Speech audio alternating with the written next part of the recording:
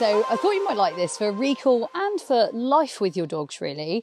Shall we go out and about for a walk and shall we actually see what real life recall looks like? I've got 4 of my dogs. I know they're game to go for a walk with you. I'm going to show you recall. I'm going to show you how it looks to get off lead. I'm going to show you maybe when you need to put your dog back on lead or how to let your dog off lead. How do you fancy that? Because I'd like to take you on a little bit of a walk. Okay, so we're out and about, we're taking a walk, and I know so many of you have asked to do this, so I figured it'd be good for you to see what a real life walk actually looks like. Now, I've brought out 4 of my dogs and a mixture of abilities really. Blink is very good at hanging out, but she's actually a little bit senile, so I don't think she always hears your recall cue first off. So what I'm looking for her is that she doesn't go too far. I think that's quite important. And then we've got Tokyo, he's out ahead. Toe, come here, bud. Good boy. Come here.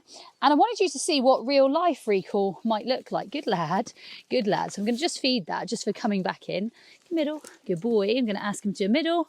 Off you go. And then I'm going to let him go again. Now, what I didn't want is I didn't want him to release fast or go crazy, but I also didn't want him going out of my sight completely when I don't know what's on too far ahead, and I think that's really important. Now, these guys know this walk and they know where they are. For those of you that don't know Brave had a spinal injury as a young dog, so she walks a little bit odd, don't you? But she's absolutely fine, so she does look a little bit different. It's a neurological walk, isn't it, Bravey? Like I said, these guys are going a little bit further ahead. They know the walk and they know where they're going.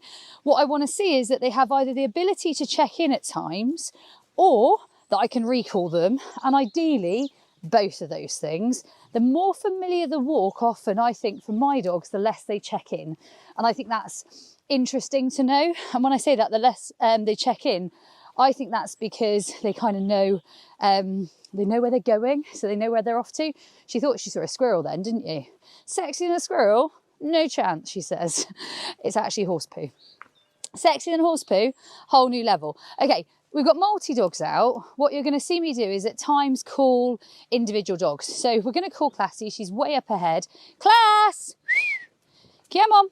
Anyone else who comes, I might throw them a few bits of food, but I don't necessarily, good girl, Classy come. Classy come. I'm going to ask her, no, not you, you're going to go that way. Classy, come here. I'm going to ask you to go into middle and then you can leave. Good dog. And everybody else I did give a little tiny scatter feed. So when I do give a recall and I've got multi-dogs out, I might give a tiny scatter feed, but not a lot. I'm not looking to, these are dogs who already have an established recall. And when I say that, what I mean is they've played from the total recall course, the games that are appropriate to them. And not every game suits every dog, but I would say the games that I'm going to play with you today, collar grab and middle, name game, they are going to suit you. If you look up ahead, Tokyo's looking at squirrels. He wants to see where they might be in the trees. Again, quite important we see where he is. And also, you can see quite how far they range. Good boy, that was nice. It was a really nice decision. He's the youngest of the crew that are out. So he's the youngest, good boy. I might even play a little bit of sort of catch. So effectively a level of what we know, magic hand, nice. And if anyone else comes to get involved too, I don't necessarily want to go crazy for them, but I also don't want to punish it because actually it's good they're checking in. So a tiny scatter feed to say what's appropriate. Now, what have I got in my pouch, you might ask? In my pouch is just some of their daily food. So it's one of the ways of earning our daily food on a day-to-day basis. We get out and about and we earn some of our daily food. Now, the question is, what if we see something? And this is really important. Matt's actually carrying puppy line, long line, and our double-ended leads. So we've got leads with us if we need them. I can see quite far ahead that way. And if I turn around, we can see quite far behind us. And for me, that's quite important if I've got a dog who might chase things. Now, actually, with these 4, Tokyo would chase sheep. They would all chase squirrels. They would all chase cats. They would all chase rabbits. Nobody will go after ponies, which is good news. So I need to have vigilance, and I think it's really good for you to know that our dogs aren't perfect.